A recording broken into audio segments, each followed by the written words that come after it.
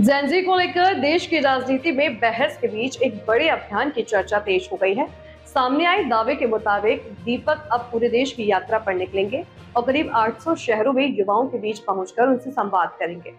इस अभियान के जरिए जेन के मुद्दों और उनकी चिंताओं को सामने लाने की कोशिश की जाएगी। बताया जा रहा है कि यात्रा के दौरान अलग अलग शहरों में युवाओं के साथ बैठकें, संवाद और जनसंपर्क कार्यक्रम आयोजित किए जाएंगे। शिक्षा, रोजगार, परीक्षा व्यवस्था, युवाओं की भागीदारी और उनके भविष्य से जुड़े सवालों को अभियान के प्रमुख मुद्दों में शामिल किए जाने की बात कही जा रही है। इस अभियान का उद्देश्य युवाओं को अपनी बात रखने के लिए मंच उपलब्ध कराना और अलग अलग क्षेत्रों में उनकी राय को समझाना बताया जा रहा है। आयोजकों की ओर से यह संदेश देने की कोशिश की जा रही है कि युवाओं की आवाज को केवल सोशल मीडिया तक सीमित न रखकर देश के अलग अलग हिस्सों में तक पहुंचाया जाए।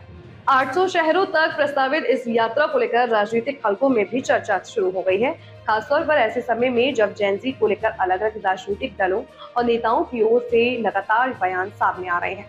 यह अभियान महत्वपूर्ण माना जा रहा है। हालांकि यात्रा के पूरे कार्यक्रम, शहरों की सूची और अभियान की विस्तृत रूपरेखा को लेकर आधिकारिक जानकारी का इंतजार है। ऐसे में सामने आए दावों की पुष्टि संबंधित आयोजकों की आधिकारिक घोषणा के बाद ही स्पष्ट हो सकेगी।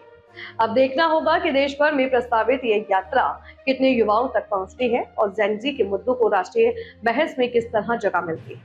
साथ ही यह भी महत्वपूर्ण होगा कि युवाओं की ओर से उठाए गए सवालों पर राजनीतिक दल और सरकार किस तरह प्रतिक्रिया देते हैं।